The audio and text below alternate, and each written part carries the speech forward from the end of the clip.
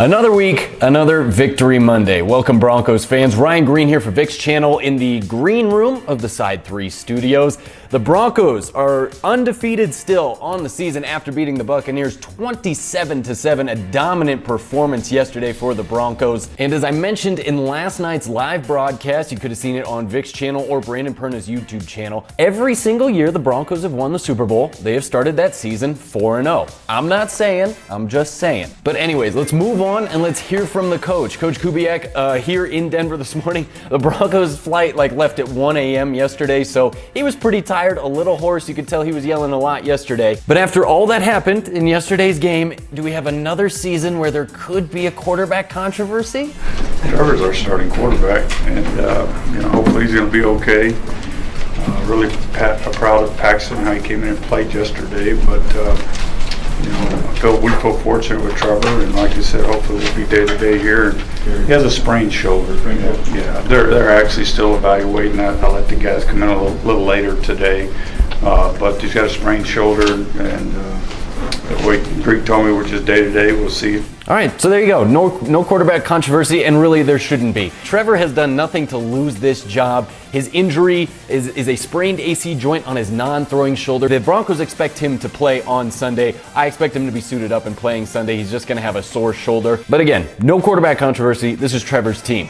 But that doesn't mean we can't be a little excited from what we saw from the kid yesterday. Paxton Lynch came in at the end of the second quarter, right before halftime, led him on a 2-minute drive to get a field goal, and then really looked pretty good from there. Completed 14 passes. Of course, the passes that we all got excited about were those 10 to 20-yard passes.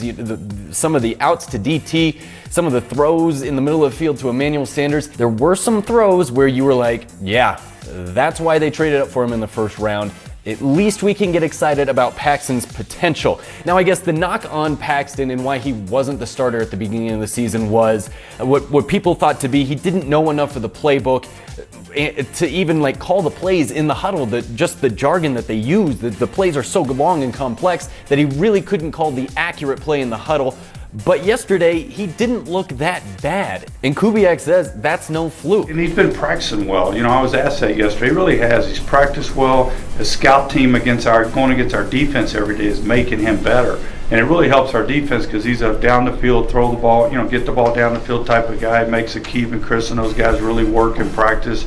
And I just think it showed. His preparation's been good mentally, but I don't think it was too big for him once it was time to go. Here's a great stat from Cecil Lammey. He tweeted this out earlier today, I believe. The average time Paxton spent in the pocket was 2.24 seconds, and the average time before he passed was 2.41 seconds. And as you see there, both were faster than the NFL average, encouraging for the first NFL action with the ones that Paxton has seen. But hey, let's just not focus on the offense. The defense, after allowing an early touchdown, shut out the Buccaneers for the rest of the game. 3 quarters, 0 points. That is what you want to see from this defense. And really, 4 games into this year, it looks like they haven't lost a step and maybe could be better than last year. Let's hear what Kubes had to say about that. We're getting our hands on the ball a lot right now. I think there's some things we could still do better that we did. Last year we were a great third down team. Yesterday we were pretty good after the first drive. But I think that's something we continue to improve upon. Yards per carry, rush-wise, is something we got to continue to improve upon. I thought we took some strides yesterday against a quarterback that can move. Did a better job of keeping him contained. I'm thinking of him getting out once, I know of. So those are some things we can improve upon, but we continue to get our hands on the ball. I think the best part about yesterday's game is it was the second straight week that the Broncos didn't have to rely on their defense to win the game, especially late. Against Panthers, against the Colts, the defense had to go out there and win the game. But again, the past 2 weeks, the defense has just had to play well, and the Broncos have won the game. Shu, the senior manager of media relations, put out a great tweet today. The defense currently leads the NFL in sacks with 17, not really a surprise. But the best part about that is the Broncos also have the most amount of quarterback hits with 41. The next 3 closest teams, they're all tied with 27 quarterback hits.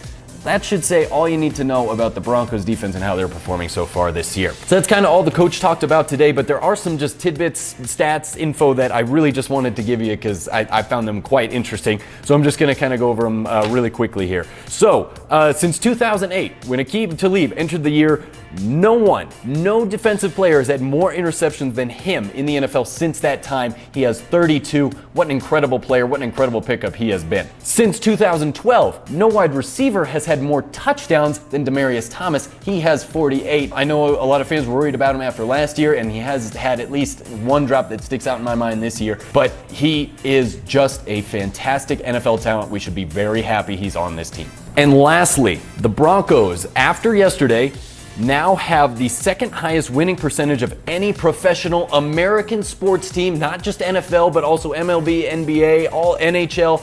They have the second highest winning percentage of any professional American team since 1984. In that time period, the Broncos have won 316 games and lost 197. The win percentage then is .616. Only the San Antonio Spurs have a higher winnage percentage during that time. They're at .633, but the Broncos tied the Lakers yesterday with that win at .616. So really, besides a certain coach from a certain team that I don't even want to name, the Broncos have had some incredible success over the past years, and it's no wonder so many of us are so spoiled when your team wins this much. Tomorrow, Vic will have a State of the Union address for the Broncos. 4 games in, a quarter of the season in, he's just going to kind of diagnose the Broncos, what the greatest strengths are, what the greatest weaknesses are, and really, can this team be beaten? Can they? Seriously. The quarterback was the biggest question heading into this year. I don't know. So make sure you check out that, and of course, we'll have daily content coming out all week. We'll see you later, Broncos fans.